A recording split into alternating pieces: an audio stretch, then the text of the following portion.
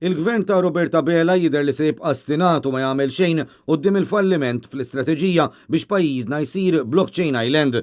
Konferma ta' dan waslet minant il-Ministru tal-Ekonomija Silvio Xkembri, responsabbli minn dan is-settur, li minflok għażel li attakka lil min 5 snin ilu kiteb l-abbozz tal-Istrateġija Nazzjonali tal-Blockchain.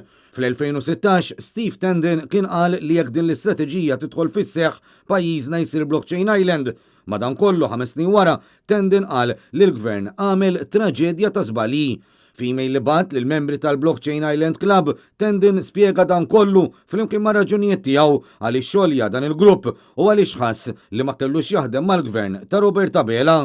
Kiteb li l-gvern ma tax każ ħafna mir-rakkomandazzjonijiet li ħarġu mid-dokument u issa bl-avvenimenti riċenti, bl-atti kriminali u l-korruzzjoni fil-gvern, kif ukoll il-fatt li Malta spiċċat grey listed mill-FATF, it-terminu Blockchain Island sar isem li ma jixraqx lil pajjiżna.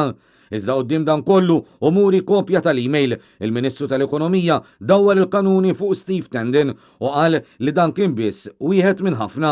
Bħal persuna tissemmi inti kien hemm 20 ta' persuni oħra li taw il-konsulenza u taw l-input tiegħu. Dan meta fil-verità Tendon ma kienx wieħed minn oħrajn iżda dak li kiteb l-abbozz tal-Istrateġija Nazzjonali. Fl-email tiegħu Steve Tendon qal li l-istrateġija li adotta l-gvern hi traġedja ta' żbalji tant li maħax li kellu jibqa' assoċjat ma' tmexxija ta' Bela. Iżda affaċċjat dan kollu, il-Ministru Silvio Xkembri qal biss li għalih dan mhux falliment.